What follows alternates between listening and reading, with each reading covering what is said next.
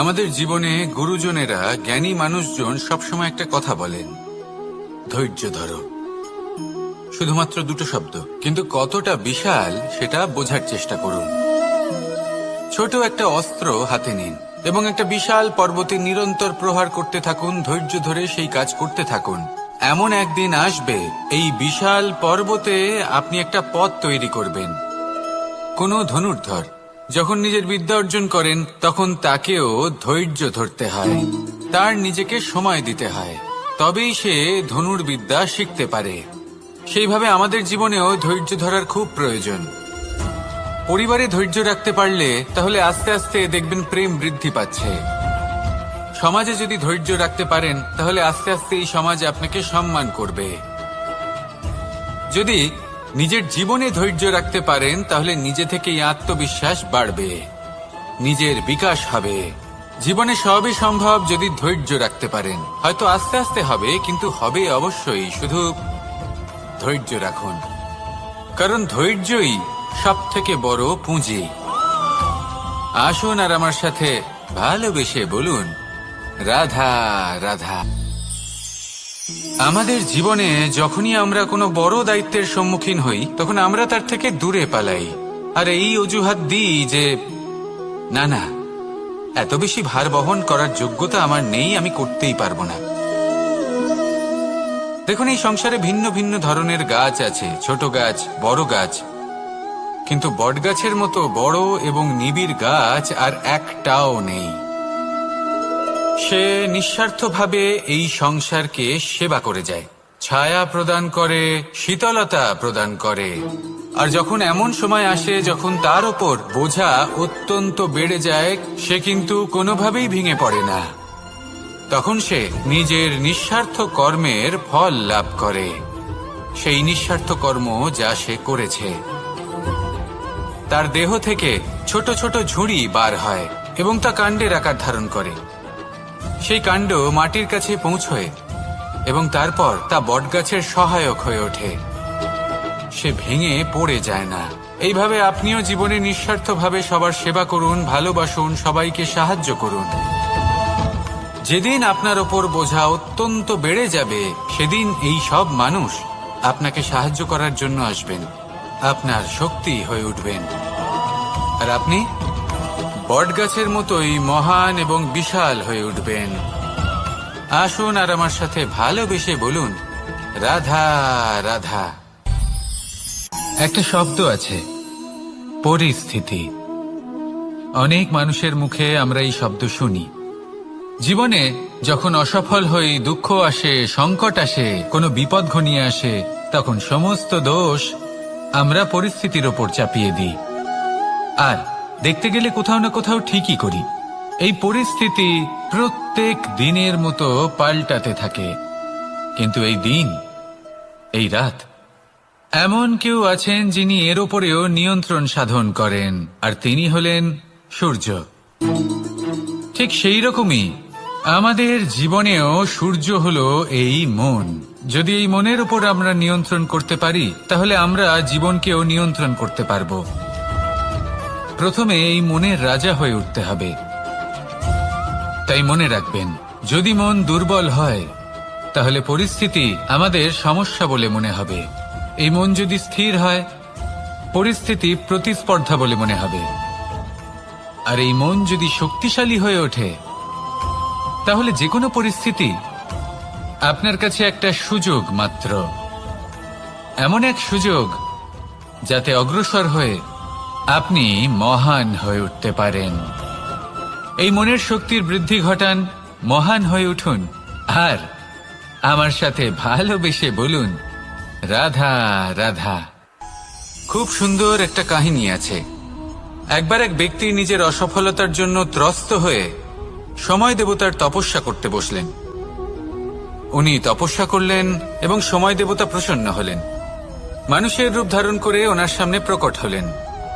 এবার সেই ব্যক্তি ওনাকে জিজ্ঞেস করলেন যে কি এমন আছে যার জন্য আপনি বারবার জয়ী হন আর আমি চিরকাল পরাজিত হয়ে থাকি?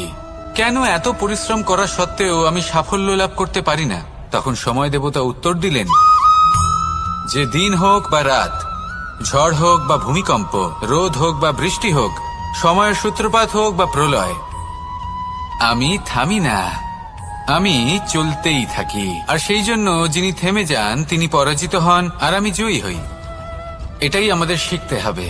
জীবনে সবসময় চলতে থাকুন, কখনো থামবেন না। হ্যাঁ, কিছুক্ষণের জন্য বিরতি নিতে পারেন, বিশ্রাম করার জন্য, নিজেকে আরো সশক্ত করে তোলার জন্য, কিন্তু থেমে যাবেন না। নিরন্তর কর্ম করতে থাকুন, পরিশ্রম করতে থাকুন, তবেই এই সংসার আপনাকে মনে রাখবে। আসুন আমার সাথে ভালোবেসে বলুন, রাধা রাধা। মানুষ তার জীবনে দুই ধরনের পরিস্থিতিকে খুব ভয় পায়। এক, কোনো কারণবশত কারোর সামনে নত হওয়া। দুই, কোনো কারণে নিজের চরিত্র থেকে, নিজের মূল্যবোধ থেকে বিচ্যুত হওয়া। এবার কেন হয় এরকম যে কথায় কথায় কারোর সামনে নত হতে হয়? কেন বারংবার নিজের চরিত্র থেকে চ্যুত হতে হয়? এরকম কেন হয়? এটা তখনই হয় যখন আমাদের শিক্ষা এবং মূল্যবোধের অভাব থাকে। যদি মানুষের মধ্যে প্রকৃত শিক্ষা থাকে, তাহলে এই সংসারে কোনো সময় এবং কারোর সামনেই নত হওয়ার কোনো প্রয়োজন নেই। যদি মানুষের মধ্যে মূল্যবোধ থাকে, তাহলে তাকে নিজের মূল্যবোধ বা চরিত্র থেকে বিচ্যুত হতে হয় না, তা সে যাই হয়ে যাক না কেন। কোনো বালককে যদি জন্ম থেকেই সুশিক্ষার অধিকারী করা হয়, শিক্ষিত করা হয়, মূল্যবোধের অধিকারী করা হয়, তবে সে এই সংসারে এমন কর্ম করবে যাতে সে নিজেকে, নিজের পরিবারকে, সমগ্র সমাজকে গর্বিত করতে পারে।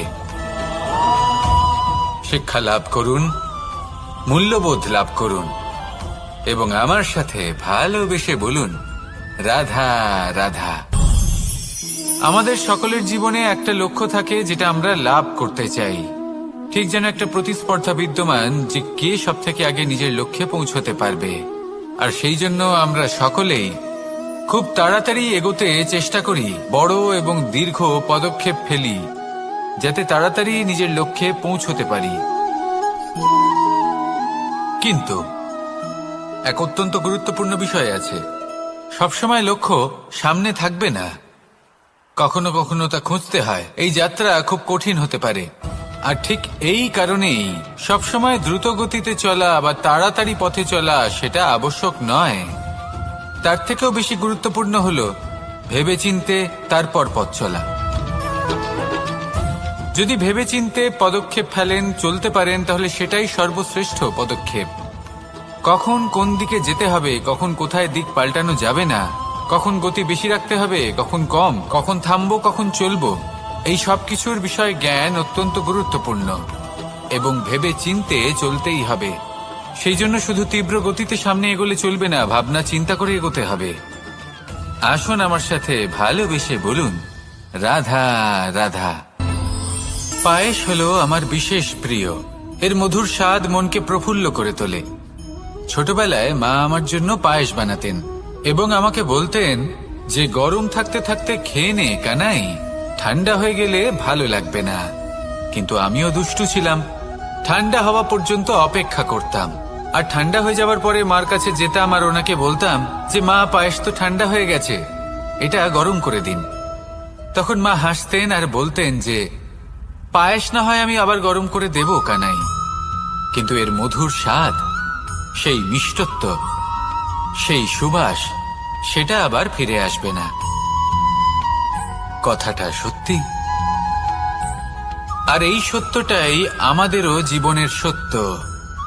আমাদের জীবনের মধুর সম্পর্কগুলি, এতে যখন কটুভাব প্রবেশ করে তখন সেই মিষ্টত্ব ফিরিয়ে আনা প্রায় অসম্ভব ব্যাপার হয়ে যায়।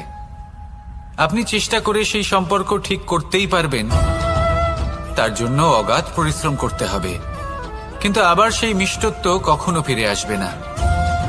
সেই জন্য আপনার জীবনের যে মধুর সম্পর্ক আছে, যতটা সম্ভব চেষ্টা করুন তাতে মিষ্টত্ব বজায় রাখতে। কটুভাব আসতে দেবেন না। আসুন আর আমার সাথে মধুর স্বরে বলুন, রাধা রাধা। শব্দ, শব্দ আসলে কি? শুধুই কয়েকটি অক্ষরের সমষ্টি, নাকি আমাদের বাণী, এই শব্দ এমন এক শক্তি যা কাউকে এই নিজের বশবর্তী করে ফেলতে পারে। শব্দ এমন এক অস্ত্র যা কাউকে ক্ষত বিক্ষত করে দিতে পারে। এই শব্দ হলো একটি নাদ স্বরূপ যা কোনো ঘুমন্ত ব্যক্তিকেও জাগিয়ে তুলতে পারে এবং নিজের লক্ষ্যের দিকে অগ্রসর করতে পারে। শব্দে এত শক্তি আছে যে কারোর মনে এতটা আঘাত দিতে পারে যে সে হয়তো জীবনে আর কখনো এগোতেই পারল না। তাহলে এই শব্দের প্রয়োগ খুব ভেবে চিন্তে করবেন। এবং এই শব্দের মতোই হলো নীরবতা। অনেক সময় এই নীরবতা আমাদের সহায়ক হয়ে ওঠে। অনেক সময় এটা আমাদের অনুশোচনাকে অনেক বেশি বাড়িয়ে তুলতে পারে।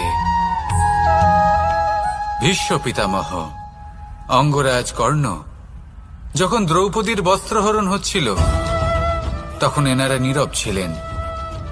দুর্যোধনের বিরোধিতা করেননি, ওকে বাধা দেননি। আর তারপর কি হলো সেটা আপনারা সকলে জানেন। দেখতে গেলে নীরবতা চুপ করে থাকা, কিন্তু যদি কোনো দুষ্টের সামনে চুপ করে থাকেন, যদি তার বিরোধিতা না করতে পারেন, তাহলে এই নীরবতাই অনেক বড় পাপের আকার ধারণ করে। মনে রাখবেন আর আমার সাথে ভালোবেসে বলবেন, রাধা রাধা। আভূষণ। কার না ভালো লাগে এই আভূষণ? আমরা পরিশ্রম করি, ধন অর্জন করি আর আভূষণ কিনে থাকি, কখনো নিজের জন্য, কখনো বা তাদের জন্য যাকে আমরা ভালোবাসি, বা তাদের জন্য যাকে আমরা সম্মান করি। হয়তো সেই জন্যই সীতা চূড়ামণি ধারণ করেছিলেন এবং আমি সামন্তকমণি। কিন্তু এটাই কি সেই প্রকৃত আভূষণ যা আপনার মূল্য বৃদ্ধি করে? না। শ্রীরামের আভূষণ হল ওনার নম্র ভদ্র ব্যবহার। মাতা সীতার আভূষণ হল ওনার সততা, ওনার নিষ্ঠা, ওনার ত্যাগ। অর্জুনের আভূষণ ছিল ওনার একাগ্রতা। রাধার আভূষণ ওনার প্রেম। এই আভূষণ কোথাও নেই, আপনার মনে আছে। যদি আপনার মনে মিষ্টতা থাকে, তা শান্ত হয়, তাতে সততা থাকে, নিষ্ঠা থাকে এবং প্রেম থাকে, তাহলে আপনার অন্য আর কোনো আভূষণের কোনো প্রয়োজন নেই। আপনি যতই ভিড়ের মাঝে থাকুন, আপনার ঔজ্জ্বল্য চোখে পড়বে। আসুন আর আমার সাথে ভালোবেসে বলুন, রাধা রাধা। এই সংসারের সবথেকে বড় সত্যি হলো জন্ম এবং মৃত্যু। কিন্তু আরো বড় একটা সত্য আছে, মিত্র এবং শত্রু, যা আমাদের সকলের জীবনে থাকে। মিত্র সে যে আমাদের সঙ্গ দেয় এবং সংসারের সবথেকে উঁচু শিখরে আমাদের নিয়ে যায়, এবং শত্রু সে যে যে কোনো মুহূর্তে যে কোনো শিখর থেকে আমাদের নিচে ফেলে দিতে পারে। এবার বিচিত্র ব্যাপার হলো এটাই যে আমরা নিজেরাই এদের সাথে নিয়ে চলি, নিজেরাই এদের পালন করি। তা কি করে? প্রথমে বুঝুন এই মিত্র এবং শত্রু কারা। আপনার নিজের মন, আর কেউ নয়। এই মনই হলো মিত্র যখন তাতে ভারসাম্য বজায় থাকে, তা নিয়ন্ত্রিত থাকে, তা পবিত্র হয়। কিন্তু যদি এই মন অনিয়ন্ত্রিত হয়ে পড়ে, যদি আপনাকে সে নিয়ন্ত্রণ করতে শুরু করে, তখন সেই আপনার সবথেকে বড় শত্রু হয়। সেই জন্য এই মনের ওপর নিয়ন্ত্রণ রাখতে শিখুন, এতে ভারসাম্য বজায় রাখতে শিখুন। তাহলে আপনি এমন এক বন্ধুকে পাবেন যে আপনাকে এই সংসারের শিখরে পৌঁছে দেবে। আসুন আমার সাথে ভালোবেসে বলুন, রাধা রাধা। ঈশ্বর আসলে কে? সংসারের বেশিরভাগ মানুষের কাছে ঈশ্বর হলেন এই সংসারের রচয়িতা, পালনকর্তা। কারোর কাছে উনি জ্ঞাতা, কারোর কাছে উনি হলেন আস্থার প্রতীক, আবার কারোর জন্য শুধুমাত্র অন্ধ বিশ্বাস। কিন্তু এই ঈশ্বর কি কোনো শরীর, নাকি একটা বোধ, নাকি শুধুই শ্রদ্ধা? ঈশ্বর হলেন তিনি যিনি হলেন আপনার ইষ্ট। সেই জন্যই তো গুরু, মাতা, পিতা এনাদেরও ঈশ্বরই বলা হয়েছে। যাদেরকে আমরা ঈশ্বর বলে মনে করি, যারা আমাদের ইষ্ট, তাঁরা আমাদের একটি পথ দেখান, একটি দিকে চালিত করেন। সেই পথে চলে আপনি শুভ কর্ম করতে পারেন, আর যখন কোনো ব্যক্তি তার ঈশ্বরের আদেশ পালন করেন তখন সে নিজে থেকেই শুভ পথে অগ্রসর হয়ে যান। বেশ কয়েকজন মানুষ ঈশ্বরের ওপর আস্থা রাখেন এবং ভাবেন যে অনুচিত কোনো কাজ করা উচিত নয়, ঈশ্বর দেখছেন। ওনারা ভয় পান যে কোনো অনুচিত কর্ম করলে কে জানে তার পরিণাম কি হবে। এমন অনেক ব্যক্তি রয়েছেন যারা ঈশ্বরকে বিশ্বাস করেন এবং জানেন যে ঈশ্বর তাদেরকে দেখছেন, তাই যে যে শুভ কর্ম ওনারা করেছেন তার ফল তারা অবশ্যই পাবেন। এবার আপনি ভয় পেয়ে ঈশ্বরকে বিশ্বাস করবেন নাকি বিশ্বাসের দ্বারা ঈশ্বরকে বিশ্বাস করবেন, সেই সিদ্ধান্ত আপনারই।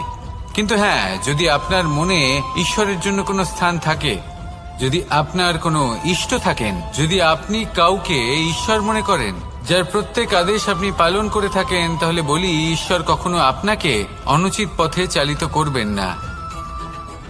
আসুন আমার সাথে ভালোবেসে বলুন, রাধা রাধা। এই সংসারে ভিন্ন ভিন্ন ধরনের গাছ আছে, অসংখ্য ধরনের প্রজাতি আছে। কিছু গাছ পাতা দিয়ে থাকে, কিছু ফুল, কিছু ফল। কেউ ছায়া প্রদান করে, কেউ শীতলতা প্রদান করে, কেউ নিজেকে খুব কষ্ট দিয়ে এই সংসারের বিকাশে সহায়ক হয়ে ওঠে। কিন্তু এই সবার মধ্যে একটা বিষয় কিন্তু সমান, এরা প্রত্যেকেই পাতা ছাড়া, ফুল ছাড়া, ফল ছাড়া জীবিত থাকতেই পারে, কিন্তু কোনো বৃক্ষই শিকড় ছাড়া বেঁচে থাকতেই পারে না। এটাই হলো রাধার। ঠিক সেইভাবেই আমাদের জীবনে শক্তি হোক, ধন হোক বা সাফল্য হোক, আমাদের বা আমাদের পরিবারের প্রসন্নতাই হোক, এই সব কিছুর আধার হলো, সবকিছুর মূল হলো পরিশ্রম। তাই জীবনে চিরকাল পরিশ্রম করতে থাকুন। যদি আপনি জীবনে মহান হবার পথে অগ্রসর হতে চান, তাহলে পরিশ্রম করুন। এই পরিশ্রম দ্বারাই নিজের পরিবারকে প্রসন্ন করুন, নিজের বন্ধুদের প্রসন্ন করুন, এই সমাজকে গর্বিত করুন। আসুন আমার সাথে ভালোবেসে বলুন, রাধা রাধা। কখনো কোনো বাগানের কোনো বৃক্ষকে দেখেছেন যেখানে সুগন্ধি ফুল থাকে, রসালো ফল থাকে? তখন মন প্রফুল্ল হয়ে ওঠে, মন থেকে সেই বৃক্ষের প্রতি ভালোবাসা জন্মায়। কিন্তু যিনি বাগানের মালিক, শুধুমাত্র তিনিই জানেন যে কিভাবে এই বৃক্ষকে আগলে রাখতে হয়, কিভাবে তার পরিচর্যা করলে এতে সুন্দর সুগন্ধি ফুল হবে, রসালো ফল হবে। কখনো কখনো প্রয়োজনের থেকে বেশি রোদ পেলে এই বৃক্ষগুলি শুকিয়ে যায়, প্রয়োজনের থেকে কম রোদ পেলেও এই বৃক্ষ কিন্তু শুকিয়ে যায়। প্রয়োজনের থেকে কম জল যদি পায়, এই বৃক্ষ শুকিয়ে যেতে পারে। প্রয়োজনের থেকে অতিরিক্ত জল যদি পায়, তখনও এই বৃক্ষের শিকড়গুলি নষ্ট হয়ে যেতে পারে। এবার এটাই কিন্তু আমাদের সংসারের সাথেও হয়। আমাদের সংসারের সকল প্রতিভাশালী ব্যক্তি, যেমন লেখক, বিচারক, প্রবক্তা, যোদ্ধা, এদের সবার ক্ষেত্রে এই কথাটাই প্রযোজ্য। যদি বেশি প্রশংসা করা হয়, তাহলেও এরা হারিয়ে যাবেন। প্রয়োজনের থেকে বেশি যদি নিন্দা করা হয়, তখনও তারা নত হয়ে পড়বেন। তাহলে আপনি এদের রক্ষা করুন এবং নিজেদেরও। মনে রাখবেন একটা কথা, জেনে রাখুন কখন কোন নিন্দায় আপনি লজ্জিত হবেন না, আর কখন কোন প্রশংসার দ্বারা নিজের মধ্যে অহংবোধ জাগ্রত করবেন না। এই মন সুপ্রসন্ন হয়ে বলবে, রাধা রাধা। যদি আমি কোনো বনে যাই, কোনো নির্জন বনে, সেই বনের বিষয়ে, সেই পথের বিষয়ে, গাছপালার বিষয়ে, পশুপক্ষীর বিষয়ে আমার যদি কোনো জ্ঞান না থাকে, সেই বনের ক্ষুদ্র থেকে ক্ষুদ্রতর অংশের বিষয়ে যদি আমার কোনো জ্ঞান না থাকে, তাহলে হতেই পারে সেই বনে কোথাও আমি হারিয়ে যাব। হয়তো এমনভাবে হারিয়ে যাব, কোনোদিনও বাইরেই বেরোতে পারবো না। তাই সেই বনের বিষয়ে জ্ঞান লাভ করা আবশ্যক। এটাই হলো শিক্ষা। জীবনে বেশিরভাগ মানুষই কেন অসফল হন? ওনারা একটা লক্ষ্য স্থির করেন, কিন্তু সেই পথের বিষয়ে তারা পর্যাপ্ত জ্ঞান অর্জন করেন না। সেই পথে কি বিপদ আসতে পারে প্রত্যেকটা পৃষ্ঠার জ্ঞান তাদের নেই, আর সেই জন্যই তারা অসফল হন। আপনি জীবনে যখনই কোনো লক্ষ্য স্থির করবেন, কোনো লক্ষ্য সাধন করবেন, পরিকল্পনার সাথে সেই পথে অগ্রসর হন। সেই পথকে বোঝার চেষ্টা করুন, সেই পথের বিপদ সম্পর্কে জ্ঞান লাভ করুন, সবকিছু জানার চেষ্টা করুন, অজানা তথ্য আহরণ করুন, আর তারপর সেই লক্ষ্যের প্রতি নিজেকে সমর্পিত করুন। তবেই আপনি সাফল্য লাভ করবেন, আর এই মন প্রসন্ন হয়ে বলবে, রাধা রাধা। আপনি নিশ্চয়ই কখনো অনুভব করেছেন, যদি কোনো নির্মল ব্যক্তির কাছে গিয়ে বসেন তাহলে মনে নির্মল অনুভূতি হয়, এই মন শান্ত হয়ে যায়। সেইখানেই কোনো দুশ্চরিত্র মানুষের কাছে গিয়ে বসলে এই মন বিচলিত হয়ে যায়। কারণটা কি? কারণ যে ব্যক্তি নির্মল মনের, তিনি সবার মধ্যে নির্মলতা ছড়িয়ে দেন। আমাদের অন্তরে যা থাকে আমরা সেটাই সবার মধ্যে বিতরণ করি। যদি আপনি এই সংসারে শুভ বোধ ছড়িয়ে দিতে চান, তাহলে প্রথমে শুভ গ্রহণ করুন, তা অর্জন করুন। এই সংসারে জ্ঞানের শক্তি লাভ করুন, আর সেই জ্ঞানের শক্তি সংসারে বিতরণ করুন। শান্তি এবং সন্তোষ প্রদান করুন, কারণ যেমন বীজ এই সংসারে বপন করবেন তেমনই ফল আপনি লাভ করবেন। যেমন দেবেন তেমন ফিরেও পাবেন। এই সংসারে জ্ঞান প্রদান করুন, শান্তি প্রদান করুন, সন্তুষ্টি প্রদান করুন। এই সংসারে ভালোবাসা বিতরণ করুন, আর এই প্রেম ভাব নিয়েই বলুন, রাধা রাধা। এই সংসারে দুই ধরনের মানুষ দেখা যায়, এক সরল, দুই জটিল। এবার এই যে সরল ব্যক্তি থাকে তাদের এই সমাজ দুর্বল মনে করে।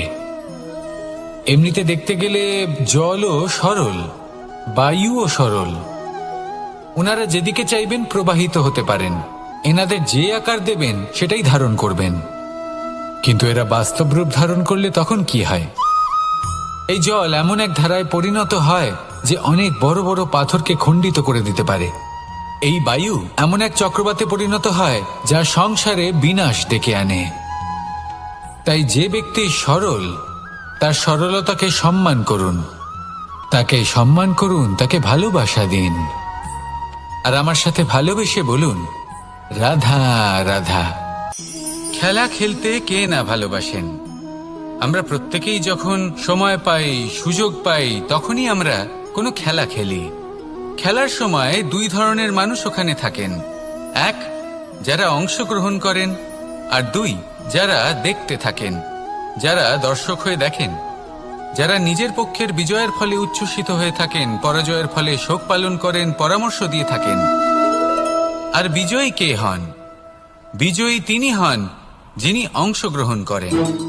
নির্বাচন আপনাকে করতে হবে, আপনি কি করতে চান?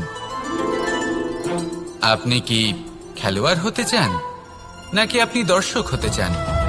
যদি আপনি বিজয়ের আনন্দ লাভ করতে চান, সেই রোমাঞ্চ অনুভব করতে চান, তাহলে খেলতে হবে, ময়দানে আপনাকে নামতেই হবে।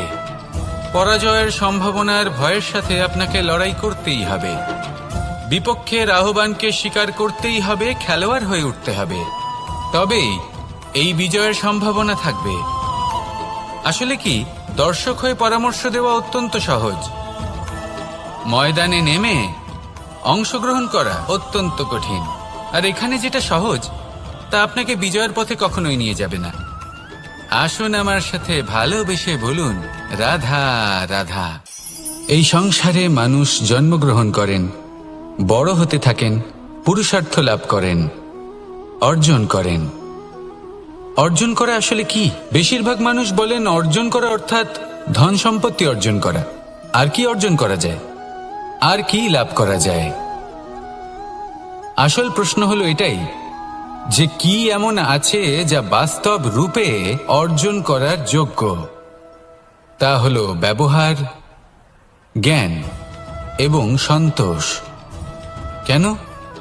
কারণ আপনি যখন এই সংসার ছেড়ে চলে যাবেন, তখন আপনার ধন সম্পত্তি আপনাকে বিদায় জানাতে আসবে না। আপনাকে বিদায় জানাতে আসবে আপনার আপনজন, যাদের সাথে আপনার সুসম্পর্ক ছিল। সমগ্র সংসারে সহস্র মানুষ ধন অর্জন করে থাকেন, শ্রেষ্ঠ মানুষ হলেন তিনি যিনি ব্যবহার, জ্ঞান এবং সন্তোষ অর্জন করে থাকেন, একে সকলের মধ্যে বিতরণ করেন। তাই এটাই করুন, আর আমার সাথে ভালোবেসে বলুন, রাধা রাধা। এই সংসারের আরম্ভ থেকে এখনো পর্যন্ত এবং ভবিষ্যতেও একটা যুদ্ধ আছে যা হয়ে চলেছে, চলতেই থাকবে। পাপ এবং পুণ্যের মধ্যে যুদ্ধ, সত্য এবং অসত্যের মধ্যে যুদ্ধ। এই যুদ্ধ চলেই আসছে, আর এই যুদ্ধে যারা লড়েন তাদের আমরা সবসময় জয় জয়কার করি। আর যারা এই জয় জয়কার করেন তাদের প্রত্যেকের একটা বিশেষ গুরুত্ব থাকে। যখনই কোনো যোদ্ধা যুদ্ধক্ষেত্রে ক্লান্ত হয়ে পড়ে, শক্তিহীন হয়ে পড়ে, তখন এরা জয় জয়কার করে, শঙ্খ বাজাতে থাকে। সেই যোদ্ধাকে অনুপ্রেরিত করে, শক্তি এবং সাহসে ভরিয়ে তোলে, আর তখন সেই যোদ্ধা সেই যুদ্ধকে এগিয়ে নিয়ে যেতে পারে। যখন শ্রীরাম লঙ্কা যাত্রা করার জন্য সেতু তৈরি করছিলেন, তখন একটা ছোট্ট মিষ্টি কাঠবিড়ালি নিজের মুখে মাটির টুকরো বয়ে নিয়ে গিয়ে তার সাধ্যমতো তাকে সাহায্য করছিল। শ্রীরাম দেখলেন এবং বললেন যে ও তো সবার মনোবল বৃদ্ধি করছে, সবাইকে প্রেরিত করছে। ও বলল যে আমি এত ছোট হয়েও যদি এই কাজ করতে পারি, তাহলে আপনারা সবাই কেন পারবেন না? এটাই হলো সেই সকলের মাহাত্ম্য, যারা জয় জয়কার করেন, অনুপ্রেরিত করেন, সাহস যোগান। ওনারা সেই ব্যক্তি যারা একজন যোদ্ধার মধ্যে যুদ্ধকে জয় করার শক্তি প্রদান করেন। আসুন আমার সাথে ভালোবেসে বলুন, রাধা রাধা। সংসারে আমাদের জীবনে যখন কোনো সুখ বা দুঃখ আসে, তার জন্য আমরা কাউকে না কাউকে অবশ্যই দায়ী করে থাকি, তাই না? এই ব্যক্তি আমাদের সাথে এরকম কাজ করেছেন, তাই আমার সাথে এমন হলো। ওই ব্যক্তি যদি এমনটা না করতেন, তাহলে আজ আমি ওই স্থানে পৌঁছতে পারতাম। সবই আপনার দৃষ্টিভঙ্গির উপর নির্ভরশীল, আর যদি আপনার দৃষ্টিভঙ্গি এমন হয়, তাহলে তা অনুচিত। সত্যি কথা বলতে, এই সংসারে ভিন্ন ভিন্ন ধরনের মানুষ আছে। এটা আপনার উপর নির্ভর করছে কিভাবে তাদের স্বাগত জানাবেন। একবার ভাবুন, আমি আমার দুটো হাত সামনে নিয়ে এলাম, দুটো মুঠো খুলে দিলাম। দুই প্রকারের মানুষ আসবেন, কিছু না কিছু দিয়ে যাবেন। এই মুঠো যদি আমি বন্ধ করে দিই, তাহলে না কেউ আমাকে কিছু দিতে পারবে, না আমার কিছু যাবে আসবে। নিশ্চয়ই বুঝতে পারছেন এই দুই ধরনের ব্যক্তি কারা এবং তারা কি দিয়ে যান। আমি যদি নিজের মুঠো খুলে দিই, তাহলে কিছু ভালো মানুষ আসবেন, আমাকে আনন্দ, সন্তুষ্টি, জ্ঞান প্রদান করে যাবেন, ভালো অভিজ্ঞতা দিয়ে যাবেন। কোনো খারাপ ব্যক্তি যদি আসেন, তাহলে তিনিও খারাপ অভিজ্ঞতা দেবেন, যার থেকে আমি শিক্ষা লাভ করব। এই সব কিছু আমি লাভ করতে পারি। মুঠো যদি বন্ধ করে রাখি, তাহলে আমি কিছুই পাবো না। দেখুন, এই সংসারে প্রত্যেকের জীবনে এইরকম। প্রত্যেকের জীবনে সবকিছুই আছে, ভালো খারাপ দুই মানুষই আছে। ভালো অভিজ্ঞতা আছে, খারাপ অভিজ্ঞতা আছে। নির্ভর করছে আপনার উপর যে আপনি কি করবেন, এনাদের স্বাগত কিভাবে জানাবেন, কার থেকে কি বুঝবেন, কি শিখতে পারবেন, আর কোন দৃষ্টিভঙ্গি নিয়ে অগ্রসর হবেন। এটাই নির্ধারণ করবে যে আপনার জীবন কেমন হবে। আসুন আমার সাথে ভালোবেসে বলুন, রাধা রাধা। এটা হলো একটা সাদা পাতা। এবার এতে আমি যাই লিখব, সেটাই এর অস্তিত্ব হবে। এতে আমি প্রেমের কিছু কথা লিখে একে প্রেম পত্র বানিয়ে তুলতে পারি। মাতা পিতার জন্য একটা শুভ সংবাদ লিখতে পারি। শত্রুর বিষয়ে সতর্ক করব বলে সেনাকে একটা সংবাদ লিখতে পারি। দ্বারকাবাসীর জন্য কোনো সংবাদ পাঠাতে পারি। যাই লিখব, এই পত্র সেটাই হয়ে উঠবে। সেই রকমই হলো আমাদের জীবন।